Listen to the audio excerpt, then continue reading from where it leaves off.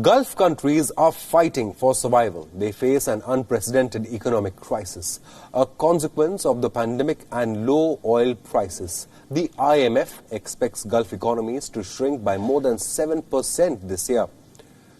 Shiny skyscrapers and sprawling shopping malls could be remnants of a prosperous past. Oil was once the golden goose, but not anymore. The Wuhan virus has hit Gulf economies the worst. Oil prices slipped. Highly skilled expats are leaving. And debt is rising. The virus outbreak has literally left these countries in the desert. They had created an economic oasis, largely reliant on oil. Now that oasis has turned into a mirage. The IMF has made a bleak prediction for the Gulf Cooperation Council countries. This includes 6 Arab states: Bahrain, Kuwait, Oman, Qatar, Saudi Arabia, and the United Arab Emirates. The IMF expects these economies to shrink by 7.6% this year. The fall will be across sectors, oil and non-oil. But the biggest impact will be felt in oil revenues. The drop in prices this year has caused a loss of over $10 billion. By the end of 2020, this could cross $20 billion. Before the pandemic, oil was selling at $75 per barrel. Right now, it's at $40 per barrel.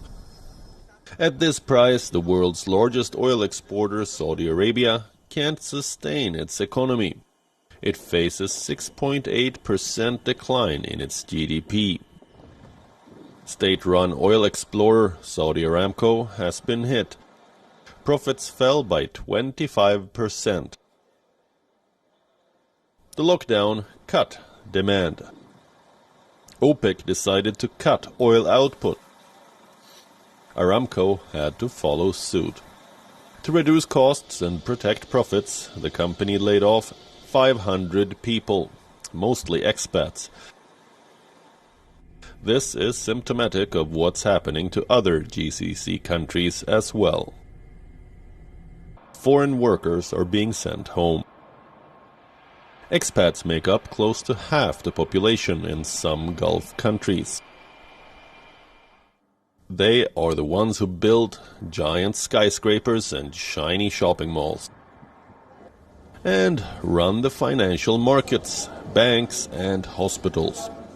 The GCC countries are highly reliant on the expatriate population. By the time the pandemic ends, over 4 million expats would have left. That's approximately 10% of the GCC's total population. And the local population is not skilled enough to fill the gap. What are these countries doing to plug the gaps? Announcing relief packages as big as 2 to 3% of the GDP. 6 countries together have set aside over $50 billion. What about government welfare scheme? Most of these countries are already deep in debt.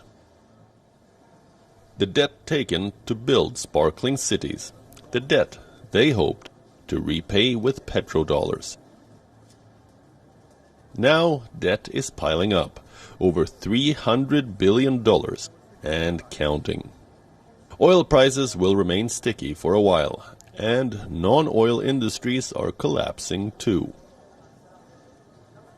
Travel and tourism sector will decline by 7.4% in 2020, and entertainment and media by 5.6%. The pandemic has temporarily put a halt on economic reforms, and a second wave looms.